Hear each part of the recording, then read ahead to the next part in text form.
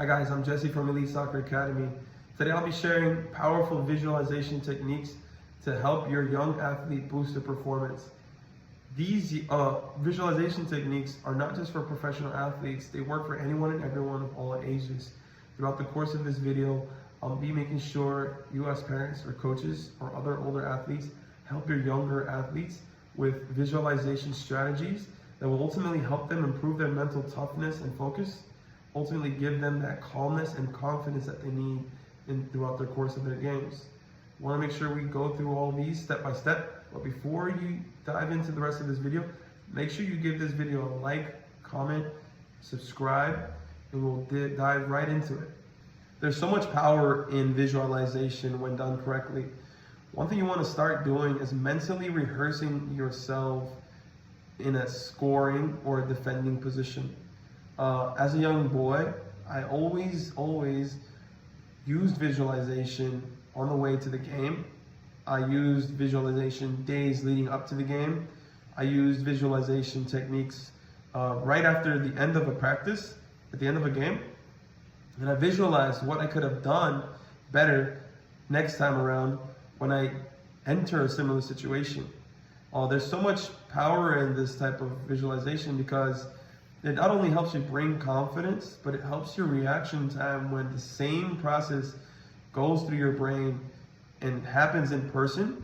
You recognize this and it creates similar pathways in your mind as if it would when you're in person. So if you can train the brain to do everything it does in its own mind, you can ultimately react to it better physically when you enter that same situation. Visualization is not something that I learned from a particular coach or teacher. Visualization is just something that I did and I learned along the way because I was so in love with the game. I was so obsessed with getting better.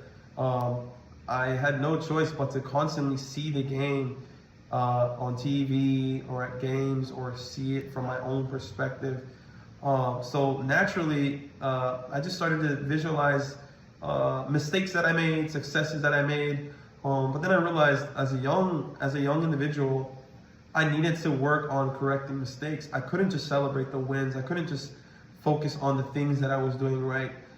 I had to recognize that I wasn't a perfect individual and that the mistakes that I was making could no longer happen if I wanted to move to the next level as a young boy.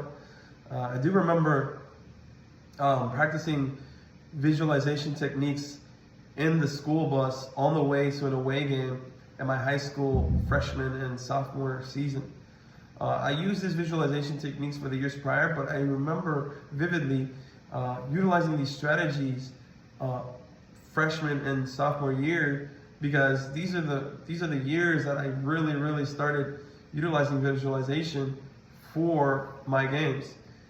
Visualization wasn't just done minutes leading up to the game.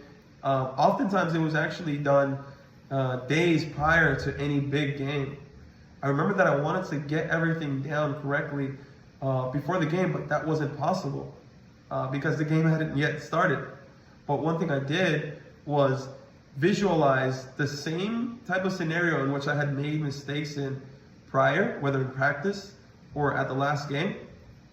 I painted that same scenario in my mind, and I came up with 3 to 4 possible outcomes that I can utilize when put up against the same scenario. So in my situation, I was actually a left fullback for my high school team as a young athlete. Some of these situations could either be on offense or they could be done on defense. For me, positioning and the way I should position my hips when a player is running at me a certain way was one of those situations that I could visualize on defense. Now, because I had so much energy and so much stamina as a young player, a lot of my time spent on the left back position was moving forward and going up the field. So I had to be very good on my offensive game despite being a defensive player. I had to recognize when I had to overlap, when I had to drop back, what type of crosses I could play, different types of movements on and off the field. I made sure I recognized what I should do at the right time. So the best way to do this was visualizing it in my mind, playing those same scenarios, and making sure that if this same scenario happened on the next game, I was already ready for it. I already knew what I was going to do moving into that same scenario. This ultimately helped me bring confidence. It helped me stay obsessed with doing things correctly, doing them better. And so when I was able to utilize visualization at a young age, I recognized the power of visualization and what it did to my mindset and what it did to my overall confidence moving into a game. I was so focused on getting better daily.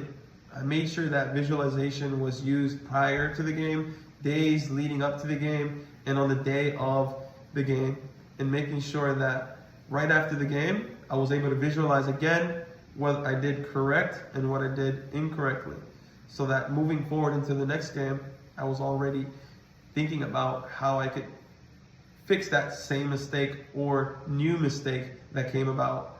And so when you constantly come around the same visualization, the same mistakes, you recognize that you've seen these patterns before, you've seen the same scenario. And so as an athlete, we can actually tackle these situations down much faster when we recognize them on the field. The brain works so powerfully that it's able to process everything it has already recognized and react to it much faster. When you use visualization, you come up with multiple outcomes to fix the same scenario you've been through.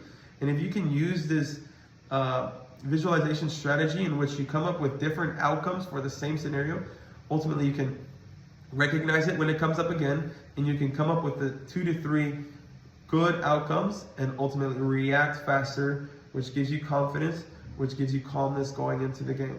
Because I was so focused on the game, I was so obsessed with getting better, I wanted to make sure that the mistakes that I was making no longer happened.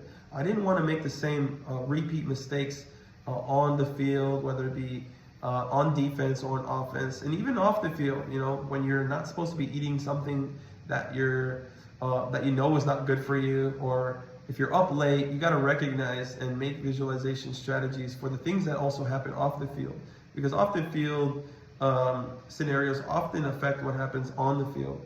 And so, as parents, I just encourage you all to make sure you educate your young athlete to practice visualization strategies. You can do this for 5 minutes right before bedtime, or even on the way to the game. If you're driving your young athlete to a game, make sure that they spend 5 minutes or more visualizing different scenarios, you know, things that they perhaps wanted to improve on, or that they've been struggling on.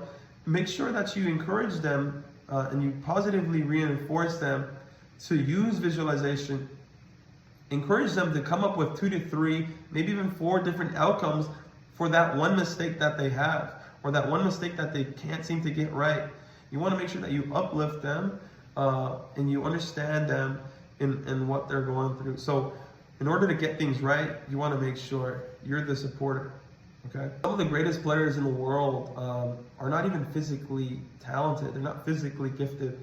A lot of them are mentally and tactically talented in the fact that they understand the game. Their IQ of their game is so high that they've practiced scenarios in their head. They've looked at film. They've done visualization before their games, and they've often reflected. So I highly encourage you as parents to encourage your young athlete to work on visualization. It ultimately will help them improve their game. It'll help them build confidence. It'll bring them to so much more calmness. Often players before big games can suffer from anxiety, performance anxiety from the big game that they're about to play. Help them to utilize visualization strategies in a positive manner. Help them to reflect on the things that they've done correctly. But also when it comes to fixing mistakes, again, reinforce those 2 to 3 different outcomes that they can do differently for a particular mistake that they might be anxious about making again. Okay? Want to make sure that you know that you are their best supporter. You are their number one fan. Okay? And they want to be able to rely on you. They want to be able to understand what it is that you tell them when you tell them. Often kids will listen, and they understand when a parent knows what they're talking about when it comes to any type of advice, whether on and off the field, mental, physical, nutritional, whatever it might be. You want to make sure that you also have that calmness when explaining what visualization is, okay? So if you liked this video, make sure you click a like, comment if you like, and subscribe, and I'll give you guys some more advice moving forward. Thank you guys.